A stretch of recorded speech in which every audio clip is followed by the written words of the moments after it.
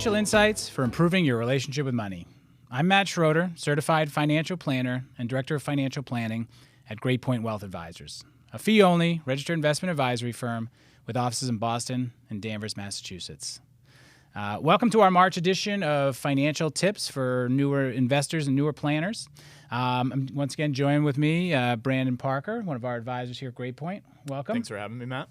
As always, it's always nice to have different time frames in people's financial lives, and I think that's really why this thing works so well. So today we're going to be talking about everyone's favorite topic, preparing your taxes or doing your taxes.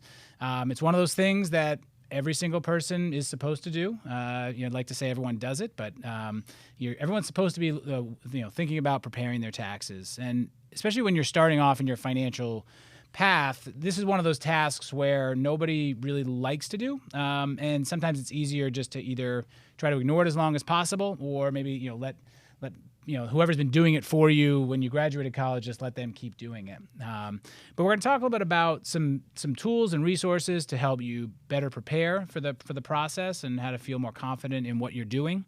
And then we're going to talk about actually the doing part. And then afterwards, when you find out, hey, either got some money or owe some money, what should I do? So we're going to jump right into it. So the first thing is that when it comes down to tax preparation, you have to be a little bit organized. Everyone's got their own different systems, but when you're first starting to think about preparing for your taxes, I know the way I do it, and Brandon's got his own little system. So when you first started having to prepare your own taxes, Brandon, what were some of the things you did or started, systems you built for yourself?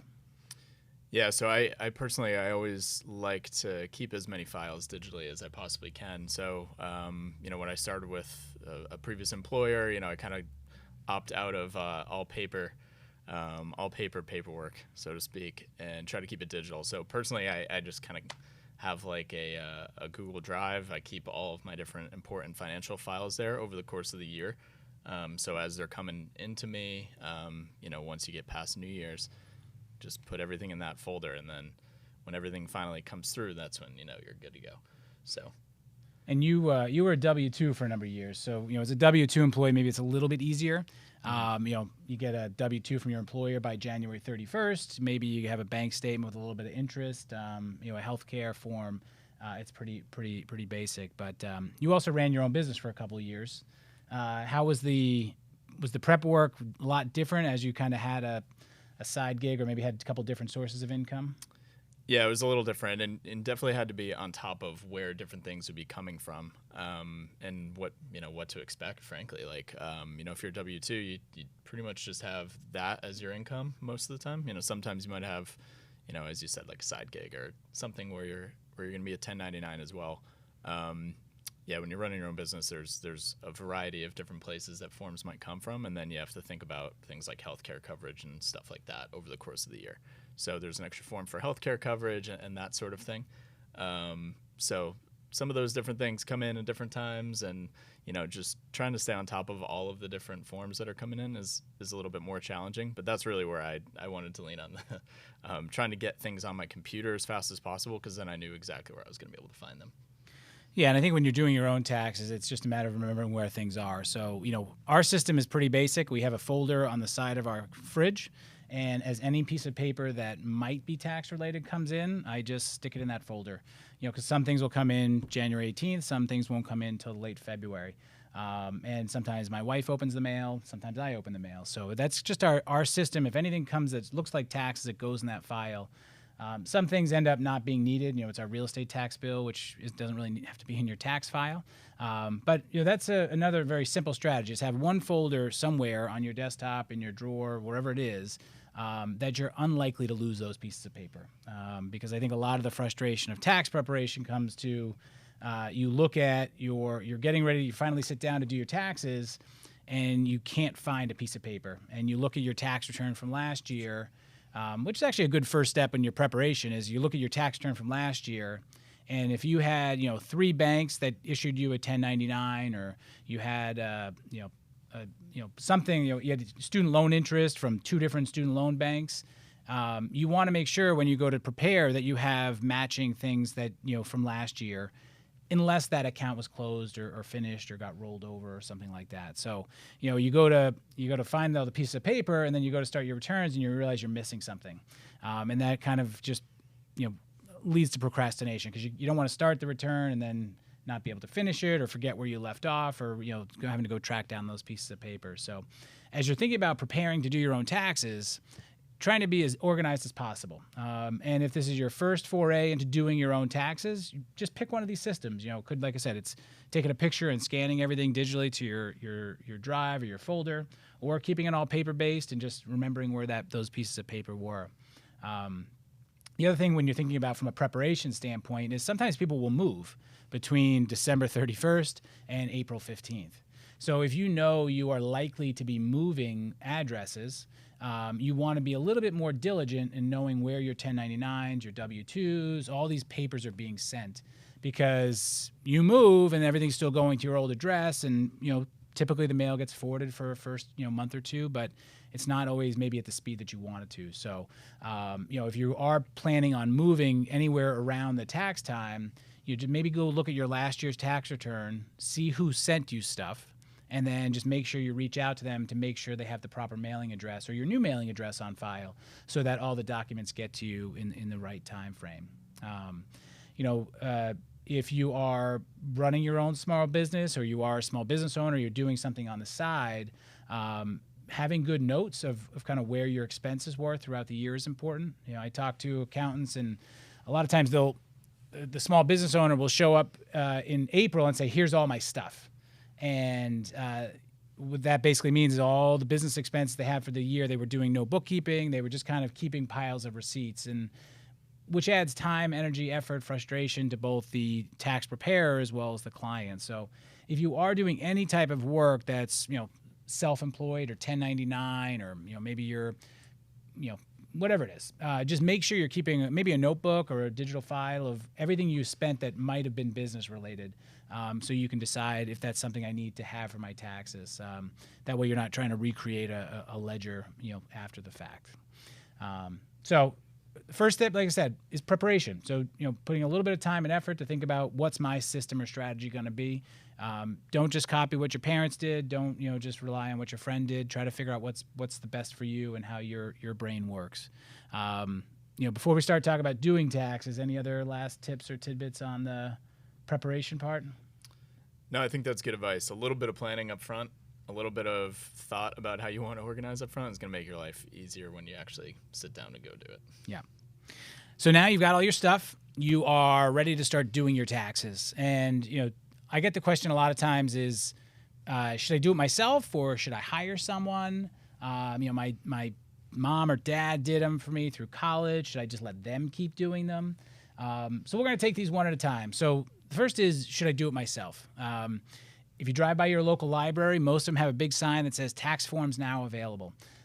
You could actually go to your local library, get a paper copy of the tax return, tax form, fill it out in pencil, and submit it via hand. You actually don't even need a computer, depending on the complexity of your situation. There's also software you can buy that can help you do self-preparation. There's a lot of them out there. I'm not going to name anyone specifically, but, when it comes to doing your own tax, I know, Brandon, you've been doing them yourself for a period of time. Yeah. Why do you do them yourself? What's been your experience?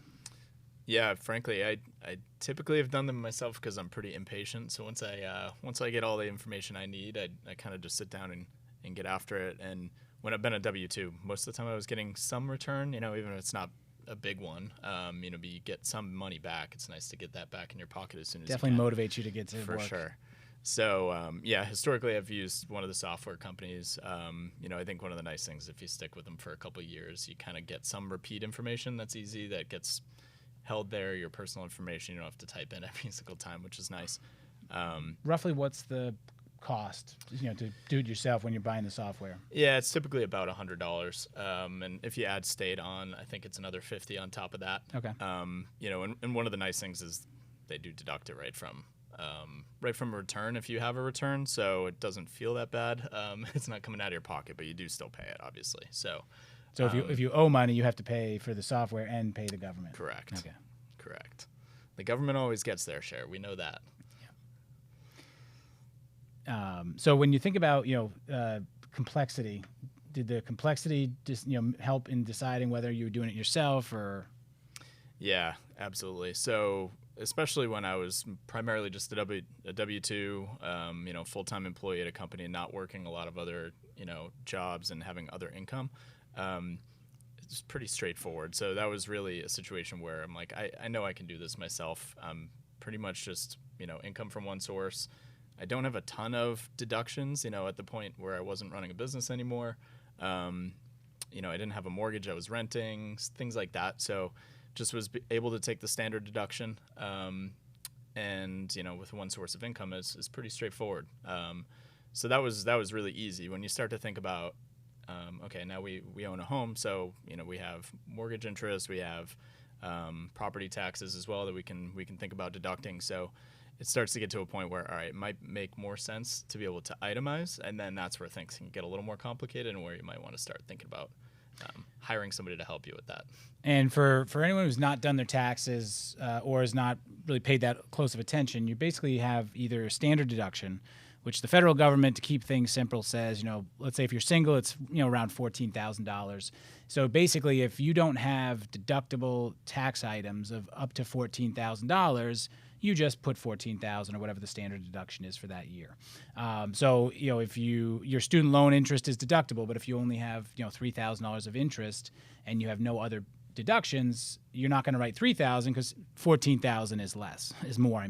And basically that deduction reduces your taxable income. So if you made $50,000 in the year and you had no deductions, the government gives you that $14,000 standard deduction.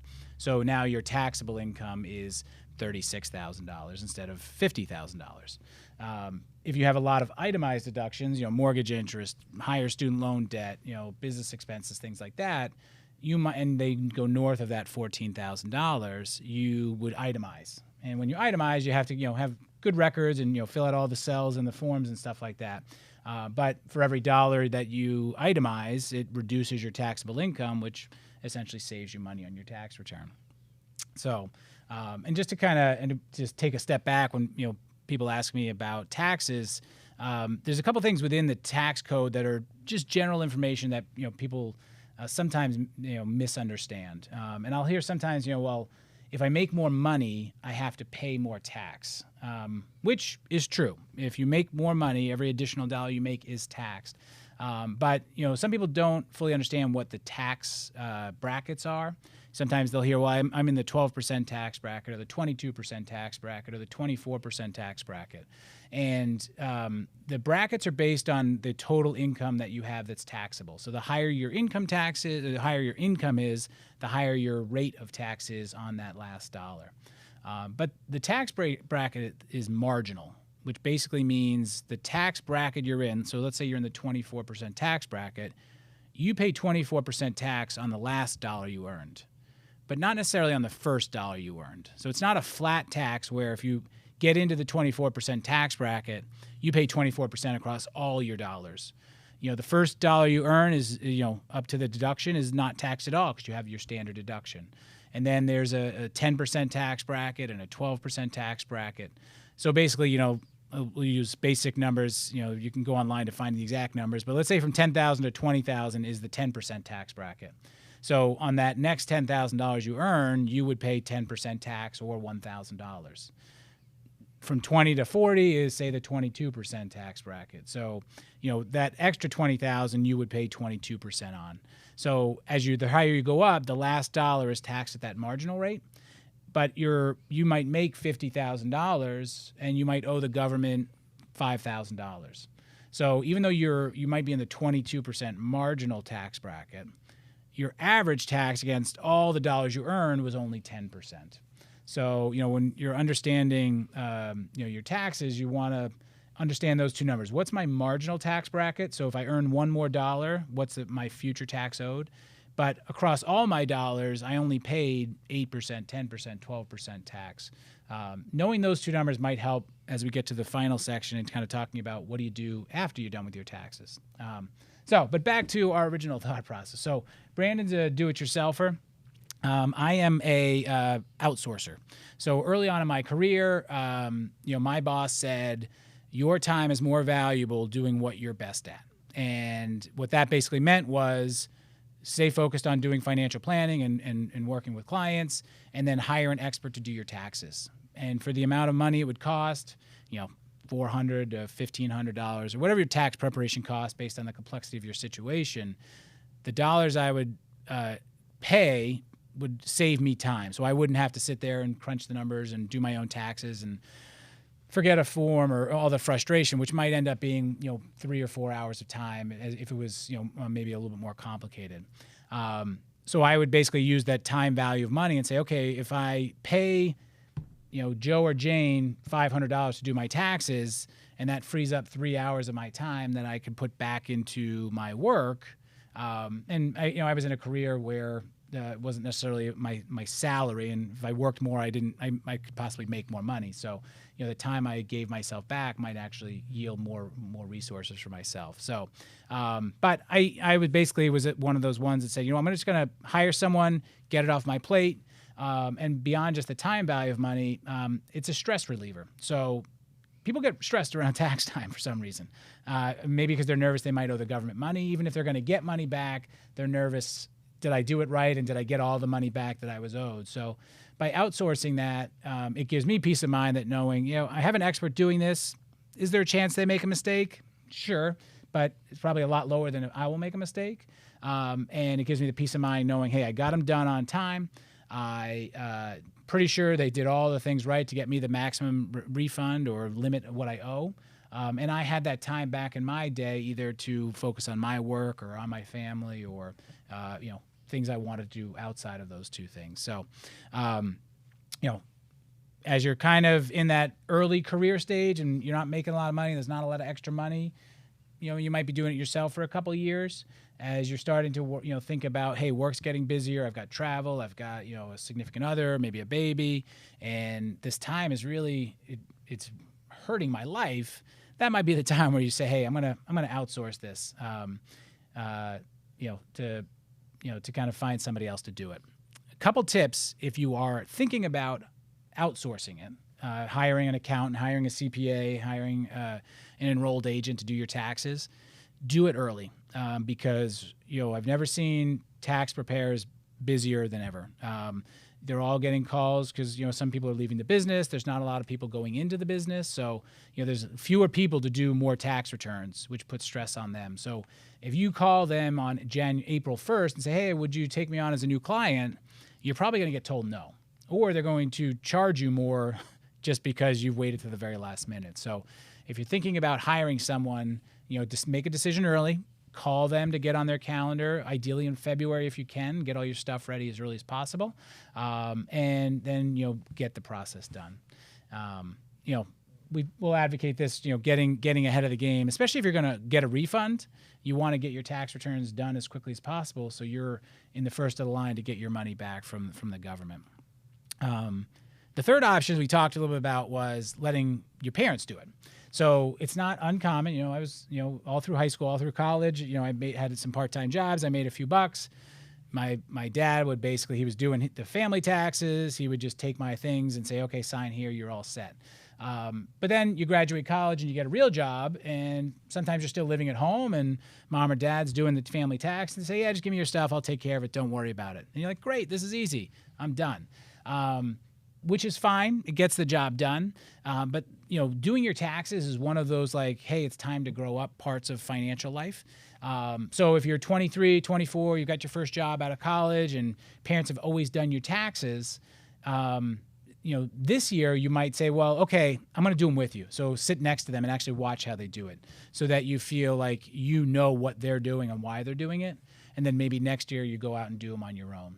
Or you just, bite the bullet and learn how to do it because it's one of those skills that, a lot of people are afraid of the government. They're afraid of taxes. But if you do them on time, if you're organized, if you take, Brandon, how long would you say it takes when things are basic, how long would it take you to do your taxes? Usually 30 minutes to an hour, depending on, how well organized I was with my documents and all that. But it's honestly, it's not a really long time commitment. Especially with the software, they walk you through all the different options, and you get to check the boxes and figure out where your deductions and all that stuff could be, and then usually end up taking standard deduction anyway. So, Yep. And as you're walking through the software, usually prompts you like, did you think of this, or right. Are you sure you want to check that box? And it kind of makes it simple. Yep. So, and having that awareness and knowing that, hey, I can do this myself, that level of confidence in your money might transition to other things, around savings and investing and other things like that. So if you're relying on your parents to do your tax returns, I'd highly recommend that you start to take that task over in your life, either doing it yourself or committing a couple $100 a year to outsourcing that job. So you've got your taxes prepared, you've started the work, hopefully as early as possible, and you hit click and the government says, hey, congratulations, you're getting a refund. And let's say that refund is, $2,000. The question is that a good thing or a bad thing? So, Brandon, why would you say it's a good thing? It feels good in that moment, doesn't it? To get a nice little extra, it feels like a bonus almost, right? You get money back in your pocket that you weren't expecting. And you're like, oh, cool, I can use this for X, Y, or Z, or maybe I put it straight into an IRA or a Roth or something like that. So that feels good, right? Yep. So it's always good to get money back. Doing the form and then hitting the button says, hey, I got to come up with $600 to pay the government is never fun. Is never a fun process either. But as we think about tax refunds, they're good. It's your money coming back to you. But if you think about that, it's your money. So it's your money that you gave the government. You gave them too much, so you overpaid, and then they're just giving your money back. So essentially, if you had that money in your hand throughout the year, you could have been saving it. So $2,000, maybe it's a lot of money, maybe it's not. If you do it on a monthly basis, that's $160 a month. So if you think about it, if you're the type of individual right now that might be carrying some student loan debt, or a revolving credit card that you can't pull the full balance off, or a car loan, most of those you're paying interest on. So let's say you're paying 4% on your student loan, or maybe 7% on your car loan, and maybe 19% on that credit card. If you had an extra $160 a month in your paycheck every month, you could pay more on that credit card or pay more on that student loan or whatever it may be. The fact is, most people, if they have extra money in their paycheck, tend to spend it. So, we'll get to that in a second. But if you're getting a big refund, it's worth asking. Wait, if I could get that money back in my paycheck and get it earlier, could I then knock down that debt a little bit quicker or put that somewhere where I may need it? Others kind of use their tax return as like a default savings. So they basically say, well, I over withhold because I know I'd like to use that $2,000 for my vacation or for my summer budget or whatever it may be. But once again, as interest rates are starting to go up, those dollars are not earning any interest when they're sitting with the federal government. If you were having those dollars automatically pushed into a high yield savings account, or maybe something that was buying investments on a regular basis, you might be generating some interest along the way and have access to those dollars. Because the other thing with a tax refund, you can't get it till February, March, April. If in November you tend to overspend at the holidays and you carry credit card debt for 3 months, if you had that money in your paycheck, you could have been putting that towards your holiday fund, so you kind of would avoid that debt in the first place. The other things you want to think about, now we talked about getting a refund. Now you're in a situation where you owe money. So you push the button and it says, you still owe us $622. Good or bad, Brandon? I think you're looking at some of the same questions, right, from the other side of the aisle. It probably doesn't feel great when you have to pay it back, but there's some consideration to say, all right, you got to keep your money for a little longer part of the year than if you had paid it in otherwise. So, correct. And like a lot of things in finance, it's about surprises. If you were expecting a $2,000 refund and you owe $600, that's heartbreaking. That is the worst possible scenario. But if you knew that you were kind of cutting it pretty close and you were nervous, wow, I made a little more money this year, I'm not sure if I've withheld enough, I'm probably going to owe a few bucks. Owing money to the government at the end of the year isn't the worst thing because, to Brandon's point, you got to keep that money throughout the year. And as long as you don't owe them too much, or you've paid in enough from the previous year, there's no penalties or fines. So, so once again, you can't not pay them at all throughout the year and then just pay them at the end. Then you're going to run into penalties and fines. But if you're off by a couple $100, that's you just pay them by April 15th. So some of the things that can tend to lead to owing money at the end of the year are if you have stock or investments that are not in your retirement account and you sell some of them and you made money. So if let's say you bought a stock, you sold it a few months later, you made some money, that generates a capital gain. But what people don't realize is when you sell stocks inside your investment accounts, the brokerage company that's holding your money, let's say it's Fidelity or Schwab or Vanguard or whatever it may be, they don't send any of that gain to the government. It's your job to remember that you created a gain. You have to put the gain on your tax return. They'll send you a form saying, hey, you made this money on this stock. Make sure you report it to the government. But then at that point, you might have to pay the capital gains tax.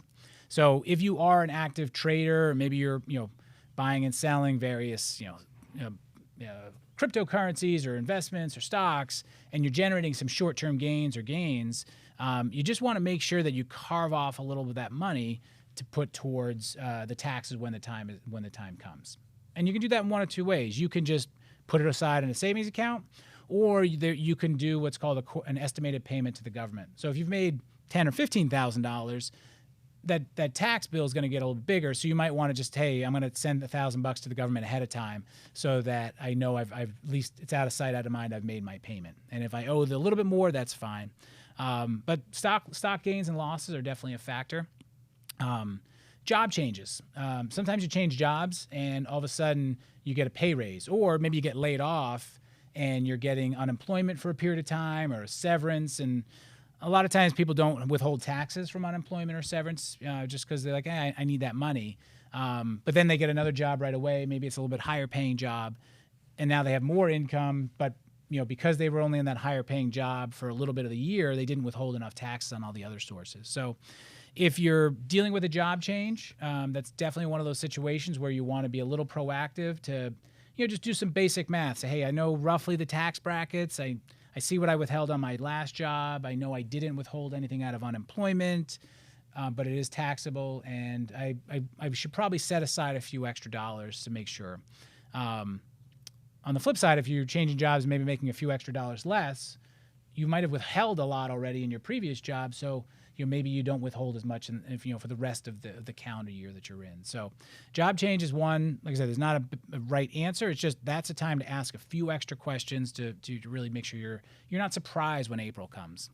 And then the last thing is, if you're in a commission-based business or a sales industry, sometimes you'll get bonus checks. And the bonus checks, let's say you make $1,000 a week. That's your base paycheck. So the government assumes you make $1,000 a week times 52 weeks. You're going to make $52,000. The average person who makes $52,000 owes this. So that's how much your payroll company withholds from your paycheck. If you then get a $20,000 bonus or a commission check, what the software does, it says, okay, you made $20,000 this week. You probably make $20,000 every week. So now you're going to make $500,000. I know it's $1 million, but whatever. But you're going to make a lot more money. So you're in a much higher tax bracket. So we're going to withhold 30 or 35% of that paycheck to offset for the taxes. But as we talked about earlier, just because you got one big check, it really depends on your total year's income to set your tax bracket. So if you get a couple of big checks throughout the year, you might want to adjust your withholdings or do things to make sure that they don't take out too much out of that big check so that you're not getting a giant tax refund at the end of the year. So, and I've said that word a couple times, withholdings. Brandon, you want to talk a little bit about what that means, withholdings? Yeah. So withholding, when you start to think of the different things that can get withheld from your paycheck. So if you defer 401k contributions from your paycheck, that would be something that gets pulled right before it even comes back to you and before it gets to your checking account. So taxes work similarly. Most companies, especially, again, if you're probably a full-time employee in a W-2, you'll have some kind of, HR and payment management system. You can kind of opt a little bit of how much gets withheld based on what you expect your taxes to be. So yeah, that it's could based be on your marital status and number of dependents and things like that. So Yeah, and I would say most companies probably would also help you with that if you talk to somebody in HR and you want to walk through the process. Okay, but how do they decide how much gets withheld, and then how can you change it if you need to? correct. Yep. And you if you're single and you have no kids, you're theoretically you're a single zero, so you're one person with no dependents. So they would figure out how much tax you would have to withhold. If you're married, the tax rates change. So if you file married, no dependents, they might withhold at a different rate. If you were single but you had 2 children, you're single too. And if for each child that you have, you get some tax benefits and credits. So that they factor that all in to figure out how much would be withheld. So if you are a type of individual who gets these big checks, you might go into your payroll, or you might be able to do it online on your own software, and you can adjust your withholdings. So that if I'm single with no dependents and I put single 7, the government assumes I have 7 dependents. They're not gonna withhold as much as my paycheck.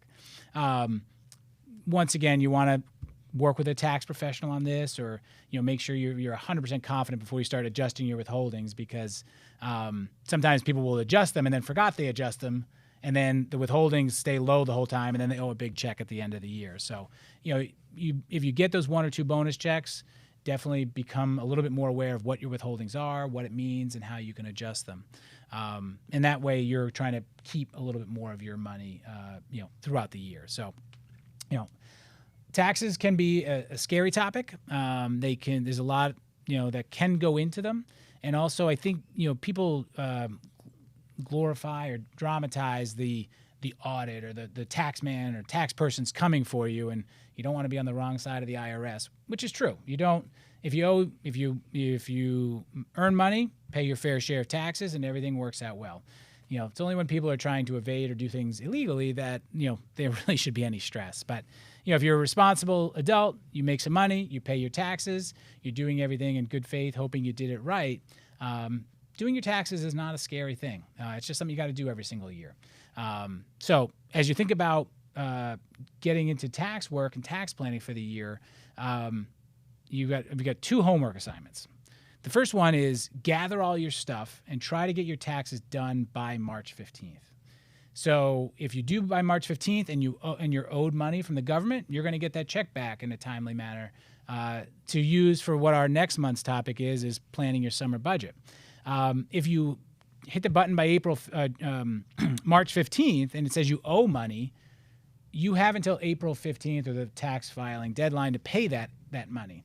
So you have from March 15th to April 15th or April 16th or 17th, depending on when a weekend falls, to find that money to pay your bill. So be proactive, get them done as early as possible. The second thing is if you don't know what you report for your withholdings, go on your HR platform, talk to someone in your work, and say, hey, just curious, what did I say are my withholdings? Because what you don't realize, when you get hired, you fill out this form and it says, it's your W-9. It basically says, hey, are you single or married? Do you have any dependents? And whatever you filled out on that form determines what they're withholding for taxes. So be a good exercise just to know where it is. And then lastly, if you want to kind of take it to the very next level, say, hey, I've got a few extra bucks. Should I be adding more to my 401k? Or what if I add to my 401k? How will that help my tax standpoint?